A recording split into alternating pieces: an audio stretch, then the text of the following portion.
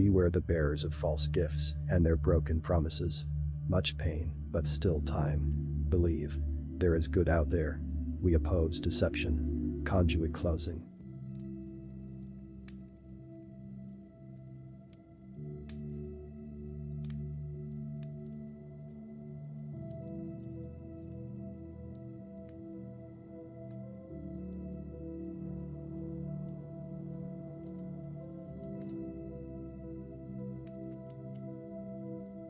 From Chief of Operations to all governments, militaries, and citizens of Earth. Subject: the Global Galactic League of Nations Declaration of Independence from the Interplanetary Conglomerate and associated Earth governments.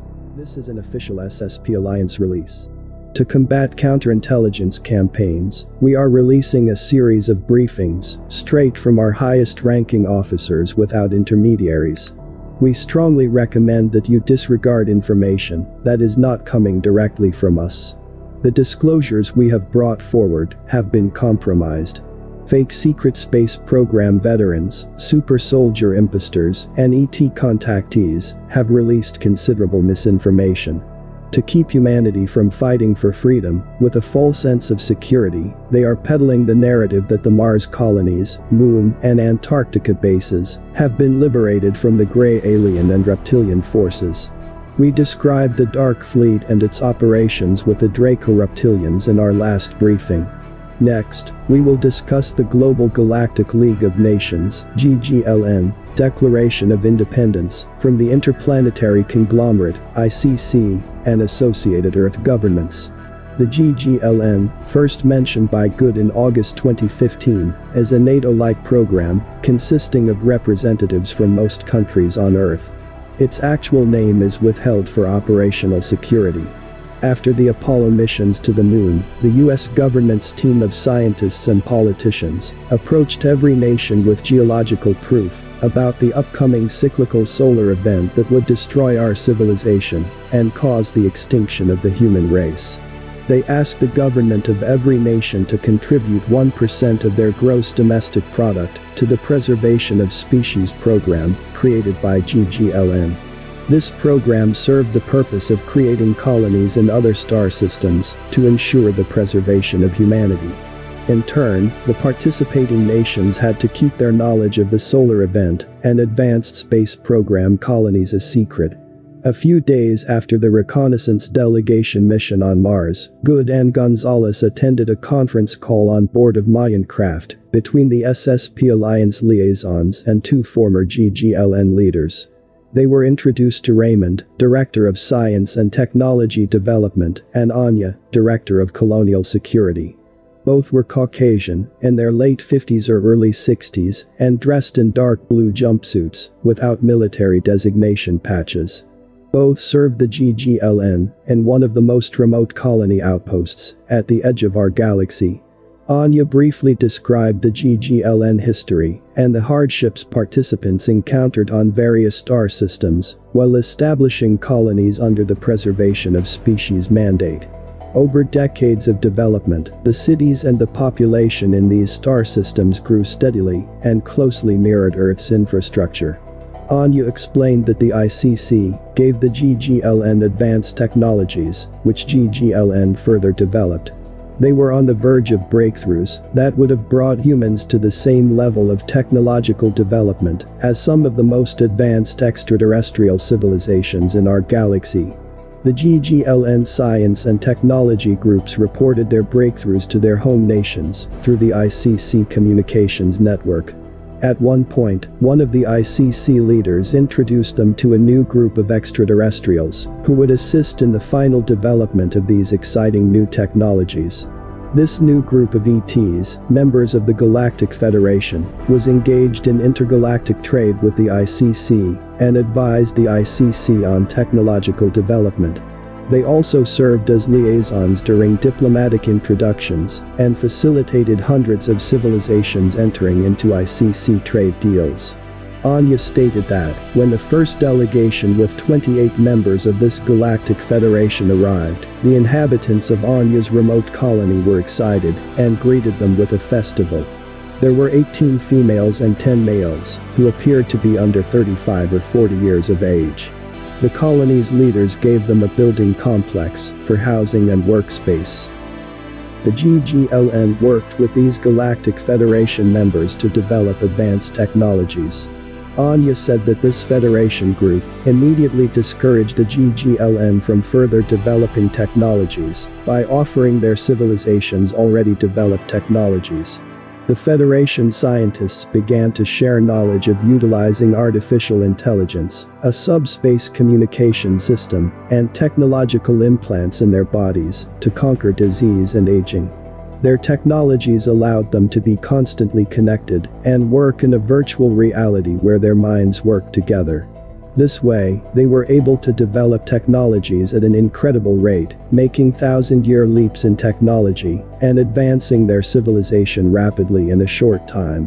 The GGLN began to develop, test, and implement the Federation's technologies.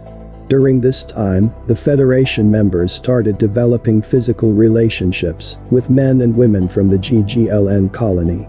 Anya explained that she was seduced by the Federation commander, who increasingly influenced her decision-making process as the relationship developed. She found herself making out-of-character decisions, and even though she was aware, she could not resist. With the Federation's help, it took GGLN a year to fully develop and test nanites and brain implants.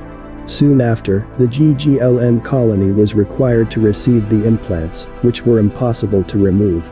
Although GGLN was aware of the Orion Group's AI God threat, the Federation convinced them that the technology was safe, and that the AI God could not gain access. Around the same time, Anya found out that the Federation commander secretly had relationships with other women in the GGLN colony. After a few unsuccessful attempts, she broke into the Galactic Federation's advanced security system, utilizing one of the prototype chips the Federation gave to the GGLN. As the head of security, she started to monitor the Federation's commander and their communications closely. Information Anya learned sent chills down her spine. She witnessed a meeting between the Federation commander and a tall gray, discussing the progress of their joint mission. The tall gray urged the commander to expedite human assimilation into the Empire, due to the danger of advancing human technologies, negatively impacting the Orion Group and the AI God's plan. Anya was horrified after realizing the Federation's hidden agenda and her role in ordering most GGLN security staff to accept implants. She received the implant, which takes 90 days to bond to neurons and integrate into thought patterns. Anya was halfway through the process. Anya said she panicked. She saved the witnessed communication and backed up all GGLN systems data collected on the Federation members since their arrival. Anya attempted to talk to and show evidence to her security staff and others in leadership positions, but it was too late. They got agitated and refused to look at the evidence.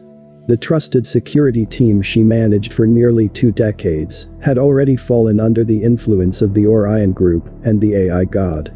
The only person willing to listen to her was Raymond, the engineer in charge of the colony's efforts to reverse engineer the Federation technologies. He was one of the few individuals who had not accepted the implant, which allowed him to witness the behavioral change in those with implants. Anya and Raymond acted quickly to escape by stealing a long-range vessel with approximately a dozen trusted family members and friends to escape from the compromised colony. They headed to a GGLN military outpost in another solar system where Anya's cousin was stationed. Once they arrived, her cousin copied the evidence and uploaded it to the military intelligence mainframe connected to the quantum-correlated communication devices. These devices use quantum entanglement, making the data impossible to intercept or decrypt. Her cousin helped Anya's small group of refugees replenish their supplies.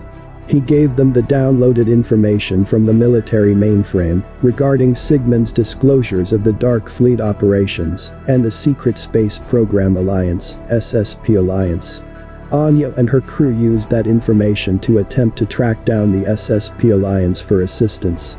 They used stealth to travel and stayed off the communications network to avoid detection. They managed to avoid detection for several months when a GGLN military cruiser arrived in the small solar system where they were hiding.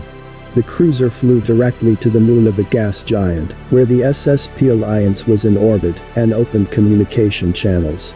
Anya's crew immediately began purging computer systems and destroying physical evidence, as there was no chance of escaping capture.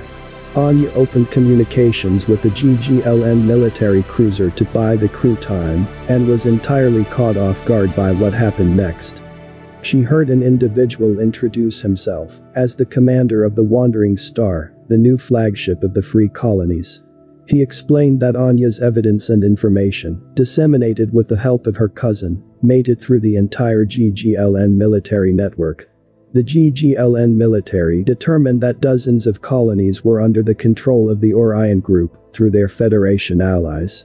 Once they saw the evidence, the GGLN colonies, which were not compromised, became enraged. They called for the expulsion of the Federation allies and returned to developing the ICC breakthrough technologies.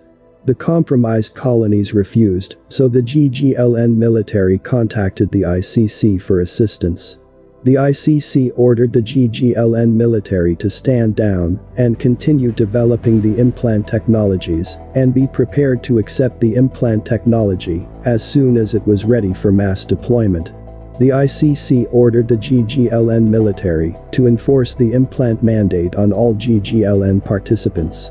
When the GGLN military brought these orders to the colony leaders, 93 of them came together and declared independence from the ICC and all Earth governments. The GGLN military then pledged allegiance to the new governments of these colonies and was sent out to look for Anya's group and contact the SSP Alliance.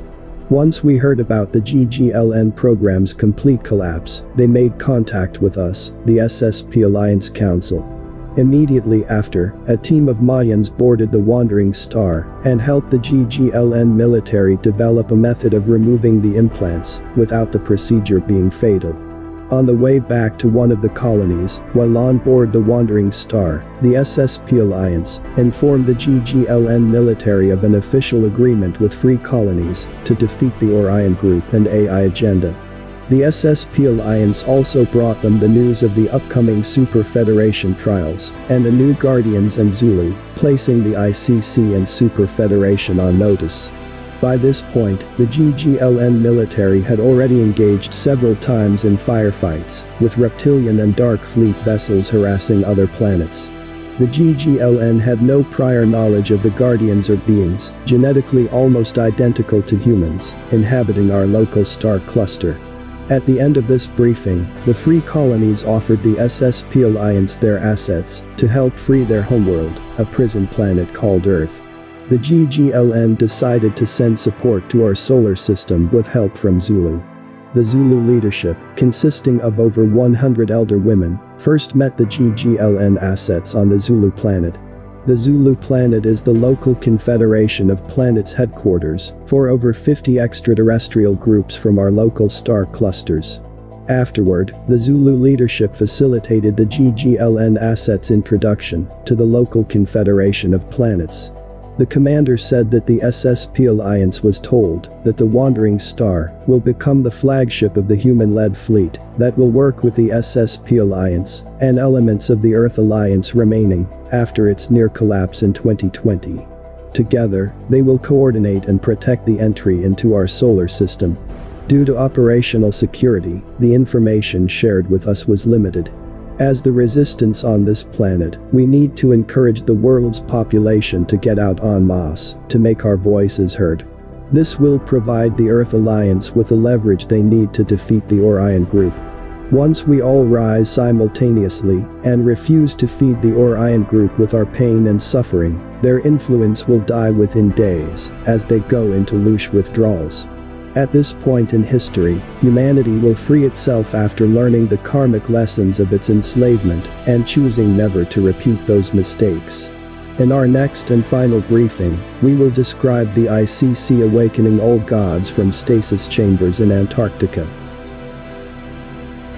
Be patient, be strong. We are in this together.